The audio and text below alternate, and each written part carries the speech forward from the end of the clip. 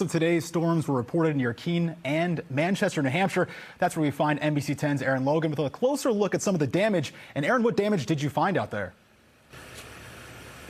Darren, definitely some action here in Manchester, New Hampshire when those tornado warnings were in effect. A couple who lives down the street here on Boynton Street were just a short distance away at a restaurant having dinner.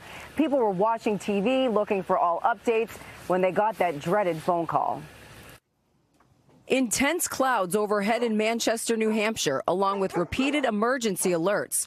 Donna Preventure didn't think anything of it while she was out for dinner Sunday night. And one guy was at the bar, goes, "I'm from Oklahoma, this is nothing." And we're like, "Yeah, it's probably nothing."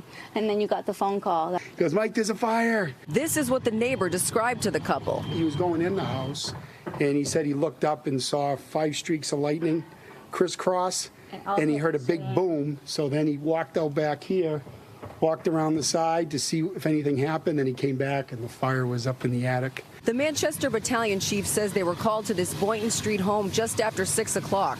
With all the tornado warnings in effect throughout the state, they were prepared for calls like this one. It's an apparent lightning strike. There's some damage to the tree. We're assuming it got into the attic and exited the attic. So we knocked the fire out quickly, ventilated it. All the fire was contained to the attic and a second-floor bedroom closet. Preventure says there's a lot of water and smoke damage. We had a guest bedroom, and that was the worst. Yeah. Guest bedroom, guest bathroom, but the whole house just has water throughout. While crews boarded up the home and the couple gathered their belongings, they kept a positive attitude during this very unpleasant time. Obviously, we were the recipients of the action today. And they certainly were, but they're just thankful that no one was hurt. Now, this isn't the first time that Preventure had something similar happen. She says in June 20 years ago, her Hooksett, New Hampshire home was hit by lightning.